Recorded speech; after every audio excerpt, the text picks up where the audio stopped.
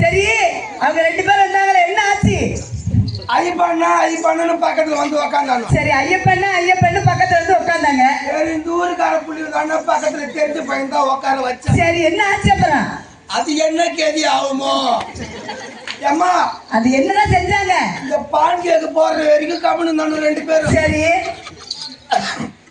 ஐபுரம் இழுத்து லிப்ஸ்டிக் வச்சுதான்.